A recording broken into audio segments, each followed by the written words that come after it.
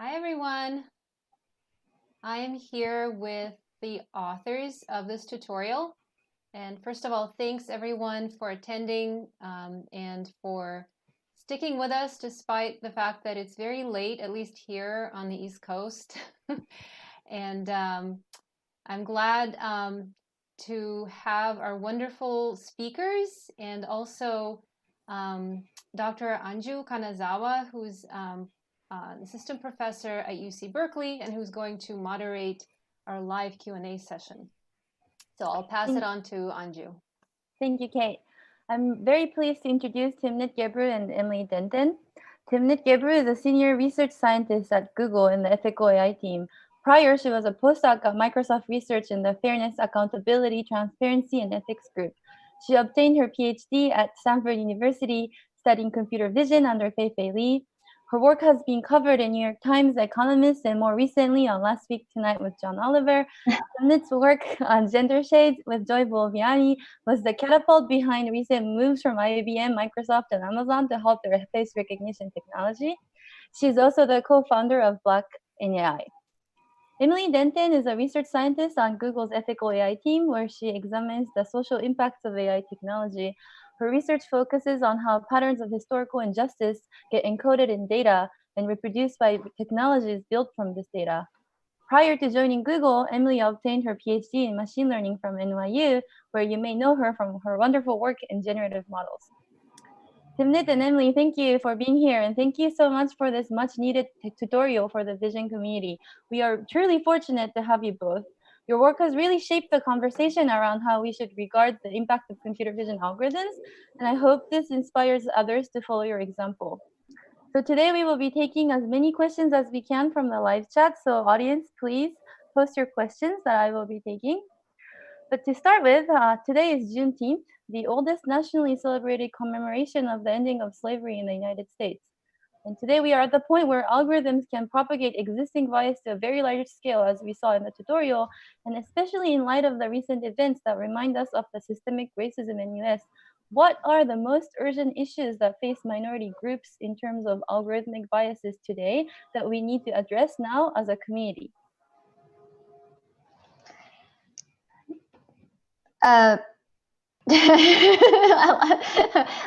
me try to answer it quickly. Oh, Emily, do you want it to go? No, I think you should speak. Yeah. Okay, I can talk a little bit, and I'm sure you'll have stuff to say. So I wanted to say a couple of things. First of all, I like the terminology that Joy Bolviani uses. She, instead of saying minority, she says that undersampled majority, because you know, when you think of the world, many of these groups are actually like majority groups, right? Like they're or sometimes we say minoritized. I like that because it kind of shapes our understanding of what we mean when we think of minority. But so my answer has to be context specific, right? Like, so I think one of the things we really try to bring across in the tutorial, which I have to let everybody know, it was so hard for Emily and I to do this tutorial because we were in the midst of everything that's going on, was that everything is context specific, local specific, so it's really difficult to generalize across nations and communities and whatever. But like right now in the US, face recognition was one for a long period of time. And like what I was trying to say with John Oliver in Last Week's Tonight, and it was a clip from somewhere else that they took, but was that, it took me, first of all, a long time to even understand why face recognition could be so harmful. Because when you look at it in and of itself, it's not like so clear, right? Like you have a gun and it's just, okay, a gun, it's clear. Like gun is created to kill something, and so, it's the kind of thing where you see it and it's really kind of clear that, okay, yeah, this is, or a bomb, well, it's clear. So it's hard to understand why face recognition could be so harmful. But to understand that, we have to understand what the power dynamics are right now, what community leaders have been saying, what policy leaders have been saying. And the kinds of things they've been talking about are, for example, protest, how are you trying to address systemic racism? That's protests. And so each time someone protests, each time someone actually videotapes something happening on their cell phone, they are many times immediately harassed by police. So this happened in the Eric Garner case to the person who was videotaping his killing. This just happened in Seattle. Like the police just went for a beeline to somebody who you can tell, right? Like when they went and did a beeline. And they're using many things to do this, one of them being face recognition. But that's just one, right? Because I think that we have been somewhat successful in kind of raising awareness around what could happen with face recognition, but that's just one.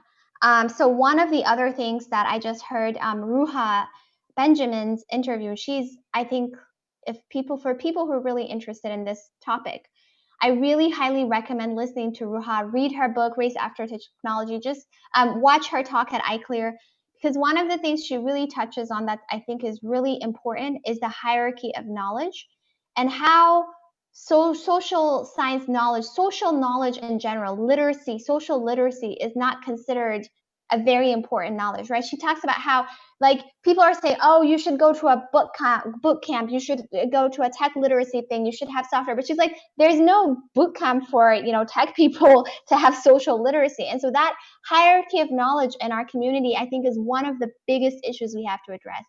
So in her interview, she talks about how calls to reduce kind of like funding for the police, which means what that means is, let's invest in education, let's invest in healthcare, let's invest in some of the root causes, which is so tied to our community right now, because a lot of things in computer vision are tied to surveillance, object detection, every single thing you can think of is really, really mostly tied to surveillance, right?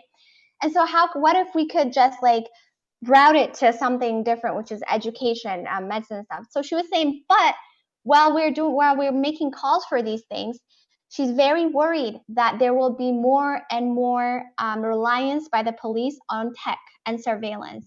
And when you take the human out of the equation, there are many things that can happen that are complex. It's hard for me to describe it in 2 minutes. But like, for example, one of the things people can read is Virginia Eubanks's book. Which one is it? It's not Algorithmic. What was the title of her book? Automating Inequality. Automating Inequality. That's right. Like she talks about what it means when you take the human out of the loop. How there's many complex layers, right? So I think those are some of the things that face minoritized communities and just the punitiveness of the system. We have such a punitive system that people can't really get out of. And every time you have data collected about you and you're classified and you're categorized in a certain way, it follows you forever, right? So I think these are the things that are urgently that need to be addressed. Crime recidivism, algorithms, I don't know, Emily, if you want to say more. There's a lot more, but there's yeah, I mean, I think I'll just like add a very brief note that's basically building off of everything that you're saying. And in particular, so I think that your point about, our choice of words and speaking about minority groups versus, Joy's preferred phrasing of undersampled majority, or speaking about groups who are marginalized, which kind of emphasizes the fact that this is, not a property of an individual, it's a property of our society and the social position that people operate in within these structures. So that kind of language, I think, is really important, as Timnit mentioned, right, just for sort of like phrasing, the ways in which we're thinking about these problems. And relating to that, I want to talk a little bit about the notion of kind of bias in the context of face recognition algorithms, right? So here, folks have done, including Timnit, like a lot of work looking at disparities in error rates and looking at how faces with darker skin tones are not recognized by facial recognition systems and other facial analysis systems, right? And this is this is an important part of the picture, but that's not the full picture. And Timnit's talked a lot about that as well. And I think that like this phrasing of bias in the algorithmic fairness community, and now that is kind of propagating out to other communities, often sort of implicitly hinges on this notion of, you know, an unbiased system is one that has, you know, parity of error rates across different skin tones, for example. And when we're looking at something like facial recognition, right, making facial recognition, you know, quote unquote fair, you know, that can't be reduced to equalizing error rates, right? Because that requires, you know, understanding facial recognition requires understanding how, you know, that technology is deeply implicated and embedded in, you know, structures of surveillance and policing. So I would just one more like reference to throw out is Simone Brown's book Dark Matters on the surveillance of blackness. And this book is a really sort of fascinating and illuminating history of how you know, systemic racism and anti-blackness fuel and you know, and kind of are wedged into you know, modern surveillance technologies, and how, you know, current practices and a lot of the current computer vision technologies that are being developed just kind of follow in this similar vein, right? And so that's another relevant sort of reference there. And then my point about bias, I think, is that you know, we thinking about bias as a localized property of a system is really important. And I'm not suggesting that we not think about that, but we also need to be talking about justice and equity and structural oppression and discrimination, and you know, how these kind of localized systems of bias fit within these broader structures. So maybe a related audience question from the audience regarding law enforcement. Do you see any research domains or application areas for law enforcement where AI can help in reducing biases? You know, it's so interesting. Some questions I get in this line are very similar usually. So someone asked, like this, a New York Times reporter asked me that they said like the CEO of Axios, is it like the body cam manufacturer, who actually they decided, I believe, that they don't want to and they enable police to use face recognition on their body cams, had a certain had a suggestion of maybe these camera footage can be used to analyze like patterns of police, you know, behaviors of police. And so this is also basically like workplace surveillance, in my opinion, right? Which is a different type of surveillance. Now it's like the police are being surveilled by their own workplace, whereas right now, the, you know, citizens are surveilling the police with our phones, right? This shows like a fun. This is moving towards a fundamental everybody surveilling everybody kind of society, right? So I suggest people I talked about, I guess Tawana Petty, I'm writing it here, our data bodies. Tawana Petty had an interview with Logic Magazine where she talks about what, you know, is it safety? You know, what does it mean to like surveil everybody, right? Is this really what safety means? And so she was saying, even in Detroit, in the Black community, you know, the older generation, they would think that, yeah, like having cameras everywhere, surveillance, that'll keep them safe, that'll keep their streets safe, right? But they had to kind of educate them a lot into like, no, that's actually not what will keep you safe, right? What will keep you safe is changing the foundations of your neighborhood and like the, you know, investing in like the things that allow people to actually flourish, right? Like have jobs and stuff, and having trust, like neighbors kind of watching out for each other, but not in this like, you know, neighborhood watch where like a white guy goes and harasses. I saw yet another video today. Like I just need to stay off of, you know, social media or whatever. But so I don't know. There is one example where someone in our team, actually Vinod, along with, this is a team led by Jennifer Ebenhardt at Stanford, showed that they did some analysis of body cam footage, and they did some NLP analysis and showed that police using NLP speak less respectfully to Black people when they stop them rather than white people, right? And so sure that, that showed things, I think, at a larger scale that we knew in the Black community, everybody be like, okay, duh, and so maybe making cases like that at a large scale could help, educate the public and say, just like we're showing it at a large scale with phones, right? But I kind of worry about, kind of like similar to what I said in my answer before about this, of jumping to what we call tech solutionism, right? There doesn't need to be an AI-based solution for policing, right? Just because we have this hammer, we don't need to look for a nail, to do it. Maybe the simplest thing for the simplest solution for policing might not have anything to do with technology. And so I think that's one thing we need to be cognizant of. And so there are many, many people who have studied this exact issue and been embedded in their local context, right? Because it's also context dependent.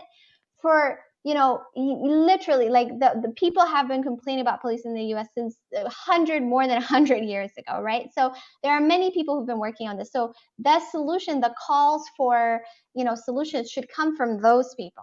And now once we partner with them and we listen to them, we understand what they're saying, then we can maybe work with them to propose some things, right? And so that's what I would caution against. Very nice. Okay. Yeah. Okay. So then more related to the things that we do, I really like this idea of avoiding tech solutionism. Some of the questions that we have a lot is that many of the data sets have been pulled offline in response to media reports on privacy impacts and use of Flickr photos without consent. Despite this, I saw papers of the CVPR 2020 use these data sets, i.e. megaface. What role should publishing venues have in upholding data set terms and use of terms or redirections? Emily, do you want to do this one? Yeah, I mean, I think we need a complete overhaul of data practices in this field. And I have this exasperated look on my face because this isn't going to come from like one rule change or something, right? Like this is, the entire kind of foundation of how we treat data in computer vision, in machine learning communities as a whole, right? This isn't localized to computer vision, although every subfield does have their own kind of norms and practices and assumptions. But this isn't something that an individual person is gonna fix. I think we need to change the incentive structures and the ways in which we value different types of work and the ways in which we value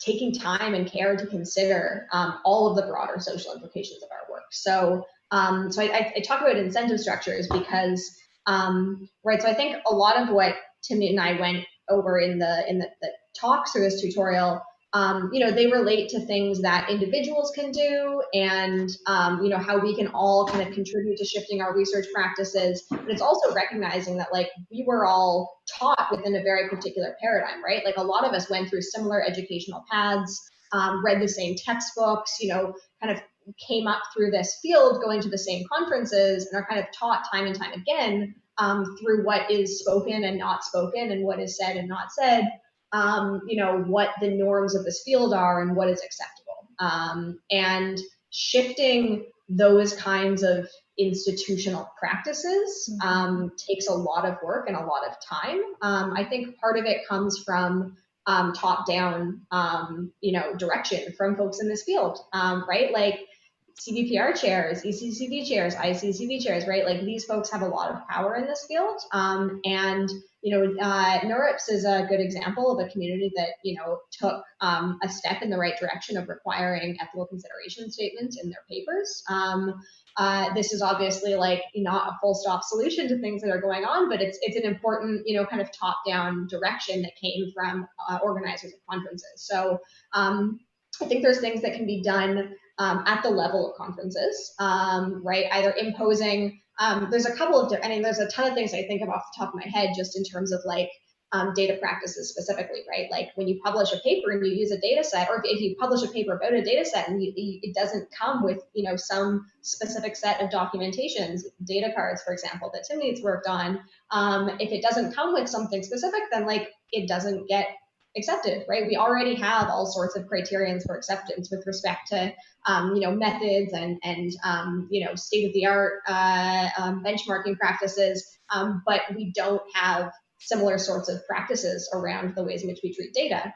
You could imagine similar things where it's like, if you use a data set, in your research, what is this set of things that you need to have considered and that you need to, kind of ensure are upheld within your research. So I think coming up with, sort of rigorous standards here that really, really attend to the harms that this research can cause, and not here with data sets, right? It's not just the harms of the technology that it's being created or the technology that's being afforded by this research agenda, but also considerations of consent, privacy, when we're using data sets. So I think that's one big thing, which is kind of operating on the conference level. I think that we can also do a lot shifting practices within the field in terms of education, right? The ways in which we teach students, the things that we talk about in textbooks. This is a little bit slower, I think, than imposing kind of structures, at conferences, but is really, really critical. And this is something that individuals in this community, everybody can commit to this, right? Everybody can commit to changing their own practices, valuing different sorts of, work and care. And, as folks get more senior, teaching that down, teaching that to your labs, teaching that in your courses. So those are, I'll stop there. Those are two initial things that come to mind. And I'll pass it off to Timnit. I'm sure you have a lot of things to say about data. I do, but I think we can go to the next question. We can spend a long time I like on that. that Emily brought up the questions about the NeurIPS of the impact statement that they started doing this year. So what do you think? So should the vision conferences also incorporate them? And if we did, how or should we do exactly the same thing, or should we do slightly different versions of it or things to improve upon? I honestly, I when I first went to NeurIPS, I was like, I don't ever want to go back to this conference again. I thought there were so many issues. And now I'm starting to appreciate the amount of change we've been able to accomplish. I really have to appreciate it, because now I saw CVPR and I'm like, oh my God. So, I do think now the vision community is way, way, way, way behind in thinking about these things. Just look at the keynote speakers, the kinds of keynote, like LaTanya Sweeney, Ruha Benjamin, they've been keynote speakers at machine learning conferences, right? And we haven't had these kinds of speakers in the vision conferences at all. And Emily said, it comes down, again, I think Ruha put it beautifully, it comes down to the hierarchy of knowledge that we teach in our schools, and as evidenced by the kinds of papers we accept and don't accept. I think ACL made actually the right move, a move in the right direction. Recently, I remember them writing something about papers can no longer be rejected because they didn't have because they're only a data set paper, or because I remember them writing a few things like that. And so I think CVPR should do that. And in terms of an impact statement, I think it is very important, because it says that you should also think about this yourself, right? It's a way to make you think about it. But the problem is, so some people were asking about, we've had these ethics boards and things like this in the industry, and the issue with those is that if your entire ethics board is academically or from the abstract thinking about various things, but they come from a very homogeneous group of people, we're not going to achieve what we're trying to achieve, right? It doesn't matter. Sure, they decided that the thing is good or bad or whatever. So we fundamentally just have to understand that our field cannot be so abstract. It's very much entangled with society. I don't remember when it was, Emily, that you made this point. I think it was when we were doing our CS231 and lecture, but that people, I kind of came into this field, or electrical engineering in general, because I really just wanted to separate whatever life is happening to my little electronics and whatever I was doing. I just don't have to think about anything else there, right? But I'm realizing here right now that this is a field that is intricately kind of, connected to people, whatever we do, right? And so we have to understand that that it's not just a thing that we can just abstract away from society at the fundamental level. So, so in that sense, yeah, I mean, I think we definitely should do something similar to NeurIPS, and I think we should learn from them, right? Like, this is the first time they're doing it. I mean, what are the kinks? Like, how did it go? What are some of the issues that arise? And I think we can like work closely with some of these other very closely related fields and move forward. Great. Okay. So yeah, there's this question of reward system, like, or like having imposing this kind of thing from the top down, like you say. I think there's a question here that is related, which is that often as a reviewer, I've seen papers that are problematic in itself. Example, inserting person or car in a surveillance video. How do we deal with these papers as a reviewer, especially when the paper is technically sound but do not discuss any negative societal impact?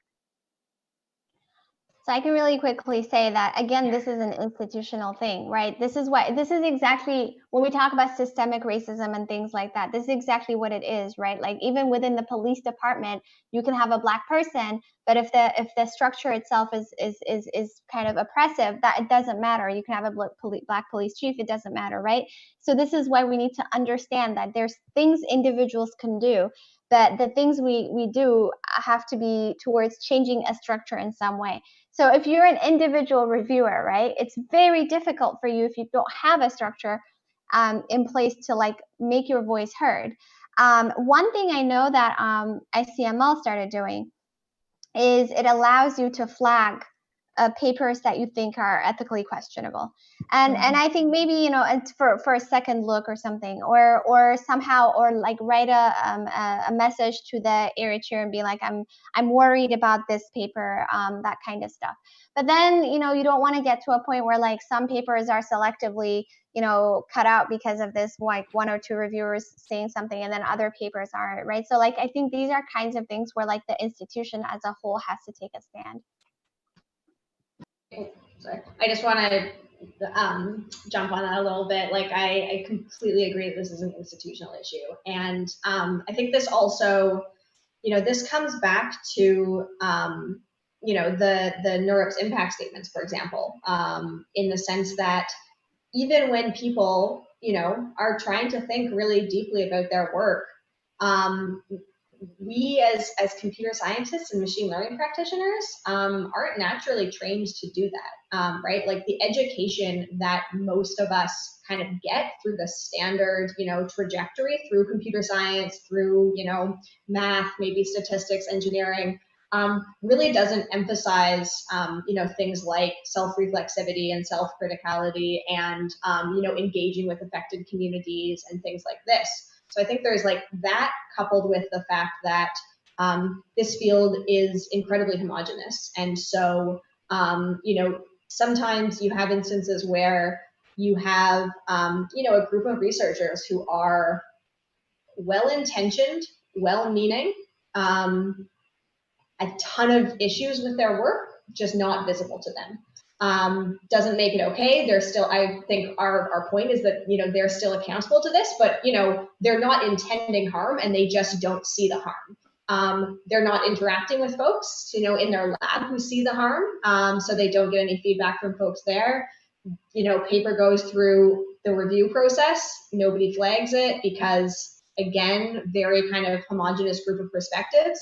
And that requires a huge amount of institutional change to address. Similarly, this instance that's talked about, where it's like somebody actually does, you know, see a problem with a paper, but we don't have the structures to deal with that.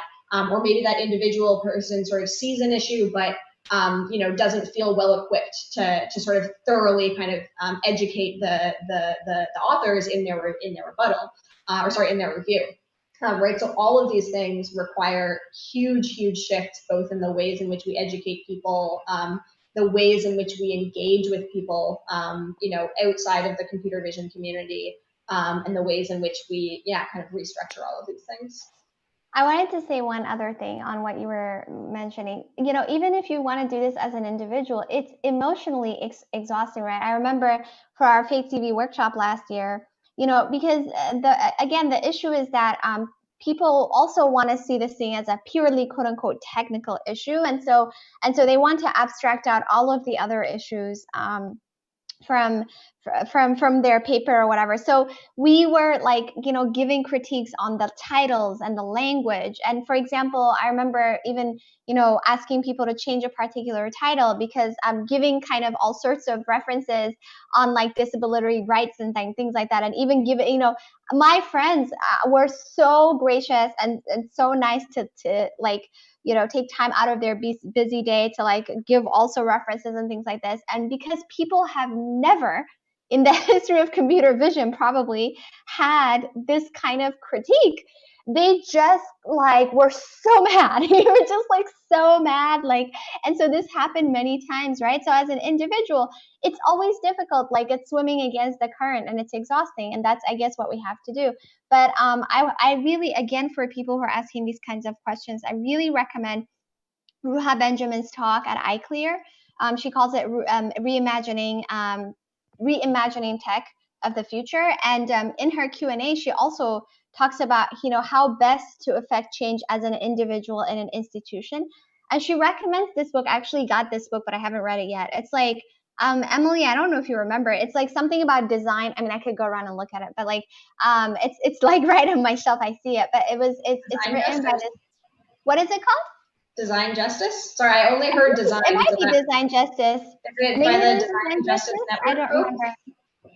Yeah, but anyway, so I highly recommend people watch her talk and her like Q&A, and because she talks about these things, like how to, and then actually people, SFTP, which is, what is it? And the Science for the People, Science for the People talk about this too. They talk about how as an individual you affect change, and like, labor movements and engineering and science, they're all related. It's not like one is very different from the other, right? Like, we are privileged enough that we want to kind of abstract ourselves away from all of the other things people are dealing with. But like, yeah, the SF Science for the People, they also talk about things like this, and like, professionalism, for example, which means, as an individual, if you're a reviewer, you have no incentive to go against the institution. You have an incentive to align yourself with people in power, because they're the ones who are going to decide, you have to, like, recommendation letters, you have to then, apply for a job, then you have to, ascend, and you have to get tenure and all that. So these are things actually that people who organize movements have really thought about for a long time and have written books and books and books about. It's just that we have never been required to read any of these books or think about any of these things, right? Because we've never felt like we have to know about these things. Right. Yeah. Okay. Yeah. So on this issue of diversity, I want to ask that, like, it's still very homogeneous. We have a lot of work like women in computer vision, or Black in AI, or queer in AI, or Latinx in AI, but obviously it's still a big challenge.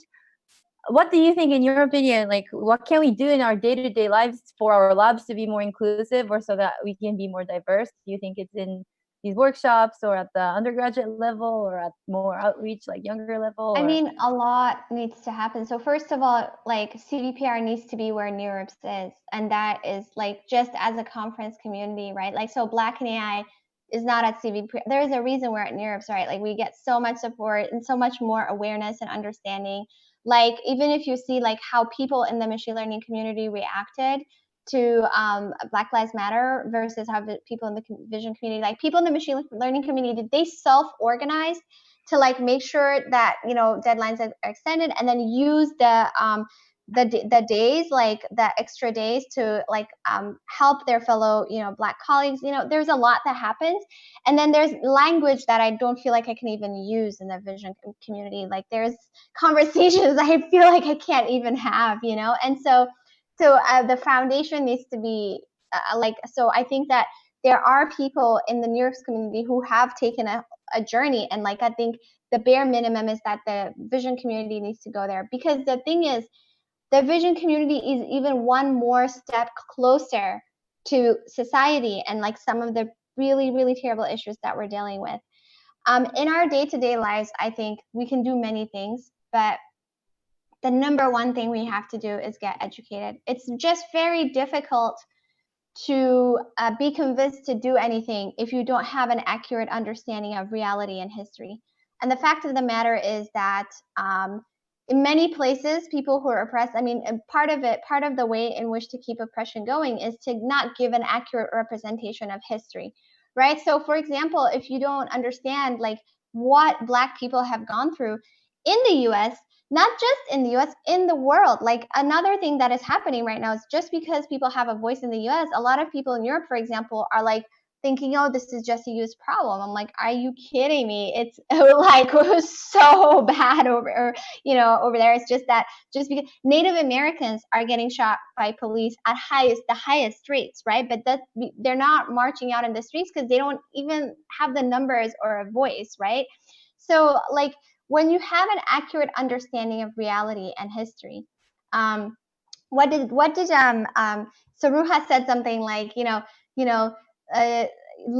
machine learning with a shallow understanding of history and societal context is not deep learning. It's shallow learning or something like that. Yeah, that's what it is. So no matter how well intentioned someone is, if they are not properly educated about the realities of the day, there's just no way I think they can. And so everybody thinks it's out there. It's not them. It's not their immediate society. It's not their immediate, field. It's not their immediate team. It's just somewhere else over there. But it's actually like right here, right? So one of the books I suggest is How to Be an Anti-Racist by Ibrahim Kendi. And because he says, you're either racist or anti-racist. You're not like not racist. You're not like, oh, I don't like politics, so I'm just kind of.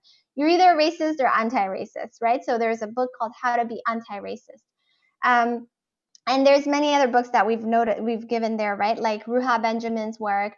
There's Algorithms of Oppression. I gave a few examples before I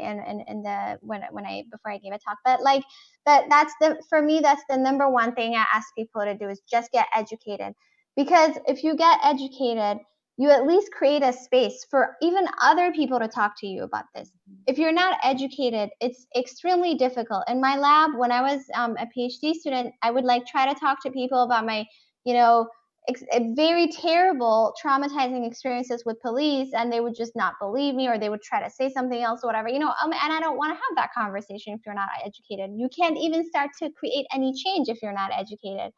So I would say, it's kind of like training a model. If the model is trained with this one data set and one model is trained with this one data set, that's how I think of marginalized people versus non-marginalized. And another model is trained with a completely different data set. And we're trying to create a shared space to have some sort of shared representation, like some shared language that we can even talk. And we can't do that. We can't do that, right? Because your reality is completely different from my reality. So we have to kind of try to bridge that gap first. Very good. I hope the general chairs and all the other senior people are watching this, or the students can transfer forward the tutorial to your advisors so that, they will have some institutional change.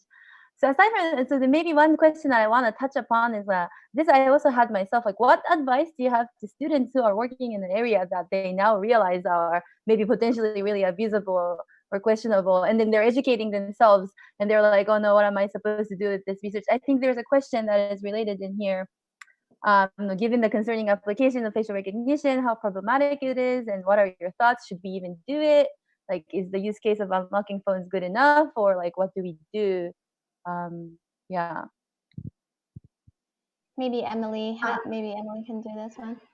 Yeah, so this is an interesting question, and I feel like I'll give a very personal answer because I did an entire PhD working on computer vision. I was more embedded in the machine learning communities and kind of spent more time at places like NeurIPS and ICML and iClear. But my sort of primary application area was computer vision, and I worked on generative models. So my story is slightly different. I worked on generative models, and I sort of became increasingly aware of the many concerning uses of computer vision technology. But I kind of viewed that as not my problem, not quite not my problem, but not I wasn't working on that. The stuff that I was working on was kind of ethically sound, and I was paying attention to the other stuff and thinking about how to maybe influence things in that area, but it wasn't really my research. And then kind of over the course of my PhD, just became increasingly aware of how, the kind of logics, underlying the most problematic computer vision technology actually kind of touched the entire field, and that it was my problem. So that's kind of my, a little bit of like my personal, journey of like, being really excited about this, cool neural network technology, and then just kind of increasingly, becoming aware, and then, actively educating myself about, what was happening. And so I think that like, there's a lot of different things that an individual could do. I think there's many different trajectories. One thing that I would really emphasize is that people can, have a lot of power with their own voice, right? Like using your experiences, your knowledge within a community of practice, and speaking back to that community is really, really powerful. So I think that's one aspect of like if you are somebody who's working on facial recognition technology and you're an expert in that field, you can use that position of power essentially within that community to bring in voices, to speak to people who are not represented there, to shift practices within that community. Like that's power that you as an individual have. I think there's also a role to play in shaping like broader public discourse, right? So I mean, just to use facial recognition again as an example, there's been a huge amount of work, pushed forward by Timnit and by other colleagues who, have really been advocating for, bans on facial recognition technologies, significant limitations on, its use and deployment, and I don't want to suggest that the story is, solved, but there has been, critical responses from large tech companies. San Francisco has banned the use of facial recognition technology. IBM and Amazon recently pulled under, I mean, again, still a lot more work to do there. I don't want to suggest that it's all done, but they've taken steps in the right direction, I'll put it that way, towards limiting the use of facial recognition technology by police.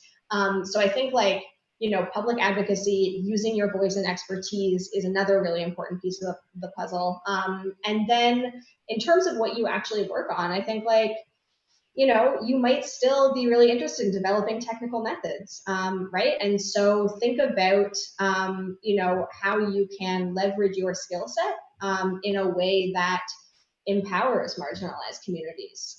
Think about ways in which you can engage with community organizations that are doing work that you think aligns with your value system, right? There are ways in which we can leverage our technical skills in different ways, right? And again, not falling into traps of tech solutionism, and really, really being aware of what are the problems that you are trying to solve, and understanding maybe there's a technical component of that. It might not be the whole thing, but it could be a part of it. So those are, I think, my 3 initial recommendations there. I can add a couple.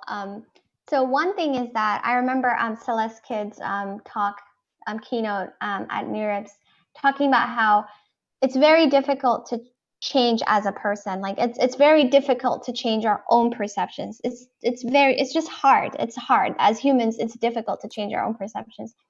And especially it's difficult to change our identity as an entire academic community, right? Because there is, I mean, I am starting to have serious concerns about the identity of the entire vision community. Like there's some people who worked on object detection, right? You wouldn't think object detection is like killing people, it's just detecting objects, right? And so there are people, as they started learning more and more about, actually, the question is the power structure. What is it being used for right now? They decided, I don't think I can even do this anymore, right? So it's kind of, each person has a journey and a decision to make on that front. But it's very difficult to kind of change a whole entire academic institution, especially think about people who've been in this field for like 30 years or something like that, right? But I think the people who are just starting out, I actually think there's a lot of things that could happen, right? Like one of the things I would say is like simple things. Like let's think about when we have data sets for something, right? Like just data sets, even for your for things that object detection or whatever, or like classification or whatever it is, I don't even know, segmentation, things like this that we are putting out. What kind of data sets are we putting out? Why don't we put out data sets of crop disease segmentation? Or why don't we put out data sets for, that could help us try to identify like rare species or something? I don't know. I mean, I'm saying that but I do think that a lot of times we separate the final application from the development of the methods, because we're like, oh, this is just a data set to just kind of like, try out some of our ideas. But then somehow the final application starts ending up being very intricately related to the data set that we produce, right? So, I mean, I think that I would say that for the younger generation, that's for people just going into the field, that's one of the things I would think about. But my biggest advice would be, it's about education. I am right now, I'm reading way less computer vision papers right now, and I'm literally reading books by historians like Mar Hicks. I just feel I missed a whole kind of context that I should have had. I missed a whole thing I should have learned about in my education, because otherwise there's no way I could have this context on like what technology to work on, what not to work on, how to even think about these kinds of questions. So I think you should push your institution. So I'm seeing when I go give talks, I love the undergrads actually more than anybody, because the undergrads want certain kinds of classes in their universities. They're trying to create reading groups, but the professors are really resistant. They're like, what are these people doing, And so that's what I would say. I was try to have interdisciplinary reading groups, try to interact with as many groups of people as you can, try to interact with people in marginalized communities, and think about what they're saying. What are they saying, right? Think about when we're working with data, remember that data is people. Basically, we're gathering data about somebody. So those, I would say those are some of my recommendations, right? We are taught to just purely focus on this, everybody wants to gatekeep everybody. That's what I've noticed. The math people thought statistics was not hardcore enough, so they decided there's not going to be a statistics department at MIT, right? And then the statistics people don't think CSML people are not hard, and then the CSML people, it's just everybody's trying to gatekeep everybody and trying to figure out what the hierarchy of knowledge is. And I think we should really, really respect the work of historians and social scientists. And we actually need a history of social science boot camp, and from diverse voices, especially from the most marginalized. And so for me, that's kind of, I think right now, there's a lot of tech critics right now. There's a lot of people writing about face recognition right now. I talked about some of them in the tutorial. I can write some of them here, but I would just say read the tech critics, read the social scientists, what they're saying. Try to engage with that literature. Read what the feminist theory, what are they saying about science as a whole. What about I wrote a chapter in race and gender for AI ethics for data feminism, where Emily wrote. It's short, it's a 15-page kind of thing. It's about race and gender and AI ethics, where I talk a little bit about the history of science, just the history of eugenics and how intricately tied it is with the person who coined the term, I believe, eugenics, Dalton, right? Wasn't that Charles? Wasn't that his? Who's the guy who did evolution? Oh my God, I can't even believe it, guys. Come on, who's the famous guy? Evolution, who created evolution? What's his name? Darwin? You guys know. What? No. Darwin. Darwin! Yeah, Darwin. Okay. This is where my head is at right now. Yes, Darwin. Darwin's cousin, Dalton, right? He was very pro-eugenics. That's very tied to the idea of evolution and all that. So we have to think about how our scientific practices are tied to specific groups of people, specific ideas. They're not we just cannot separate let's say political movements from scientific movements. And so I think that is really my one takeaway for anybody who wants to think critically about the work they're doing in technology. Great. well, we are way above time. Thank you so much for your time and the great discussion. I think with the optimistic note for the advice for the students, I think we can end our conversation. So their wonderful tutorial is available online. Oh, please, yes, if you have last words. I don't have any last words. I think we talked for a long time. But Okay, great.